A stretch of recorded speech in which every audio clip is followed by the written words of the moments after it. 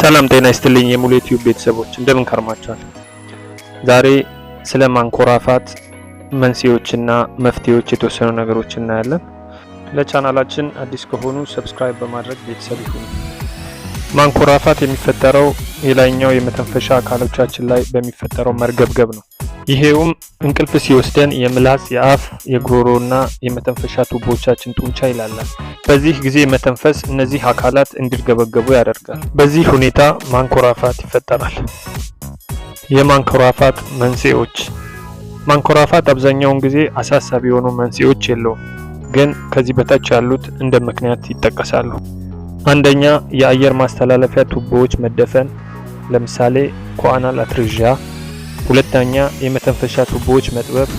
ሶስተኛ፣ አፍ ከፍቶ መተኛት። አራተኛ፣ የሰውነት ክብደት ከመጠን በላይ መጨመር። አምስተኛ፣ የእንጥል ማበጥ። ስድስተኛ፣ ከፍተኛ ድካም። ሰባተኛ፣ አልኮል መጠጣት፣ ሲጋራ ማጨስና ጫት መቃም። ስምንተኛ፣ በጀርባ መተኛት። ዘጠነኛ፣ በቂ ፈሳሽ ወይም ውሃ አለመጠቀምና የጉሮሮ መድረቅ። እንደዚሁም ለእንቅልፍ የሚወሰዱ መድኃኒቶች ለማንኮራፋት እንደ ምክንያት ይጠቀሳሉ። አንድ የማንኮራፋት ችግር ያለበት ሰው ከዚህ በታች የተዘረዘሩትን መፍትሄዎችን በመጠቀም ማንኮራፋትን መቀነስ ወይም ማጥፋት ይችላል። አንደኛ፣ በአንድ ጎን መተኛት። ይሄውም በአንድ ጎን መተኛት አየር በተገቢ ሁኔታ እንዲገባና እንዲወጣ በማድረግ የማንኮራፋት ኃይልን ይቀንሳል። በሌላ መንገድ በጀርባ መተኛት ምላስ ወደ ጉሮሮና ወደ ጀርባ እንዲሄድ ያደርጋል። በዚህም ምክንያት የማንኮራፋት እድልን ይጨምራል። ሁለተኛ፣ የሚያጨሱ ከሆነ ሲጋራ ማቆም። ሲጋራ ጤናን ከማወክ ባለፈ የመተንፈሻ ቧንቧዎችን በመረበሽ ለማንኮራፋት ያጋልጣል። ሶስተኛ፣ አልኮል አለመጠጣት። ይሄውም አልኮል የጉሮሮ ጡንቻዎች እንዲላሉ በማድረግና የመርገብገብ እድላቸውን በመጨመር ለማንኮራፋት ያጋልጣል። አራተኛ፣ ክብደት መቀነስ። ክብደታቸው ከፍተኛ የሆነ ሰዎች የማንኮራፋት እድላቸው ከፍተኛ ነው። በተለይ ጉሮሮ አካባቢ የሚገኝ የስብ ክምችትና የጡንቻ መድከም ለማንኮራፋት ከፍተኛ አስተዋጽኦ ያደርጋሉ። ስለዚህ ጤናማ የሆነ አመጋገብ በመመገብና የካሎሪ መጠናችንን በመቆጣጠር እንደዚሁም የአካል ብቃት እንቅስቃሴ በማድረግ ክብደትን መቀነስ ለጤና እንደዚሁም ለማንኮራፋት መፍትሄ ነው። አምስተኛ፣ ከፍ ያለ ትራስ መጠቀም።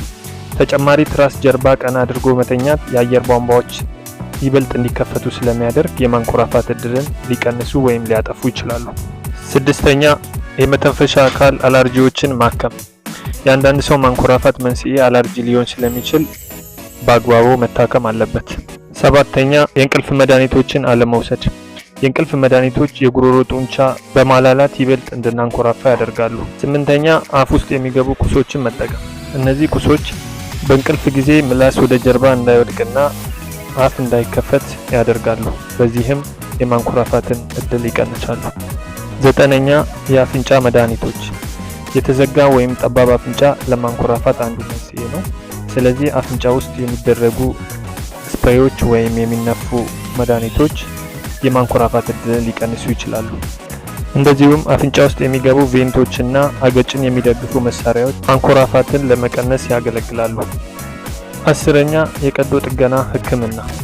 ይሄውም የማንኮራፋት መንስኤዎች ከእንጥል፣ ቶንሲልና የሶፍት ፓሌት ማበጥ የተነሳ ከሆነ እነዚህን አካላት በጨረር ወይም በቀዶ ጥገና በማስወገድ ማንኮራፋትን ማከም ይቻላል።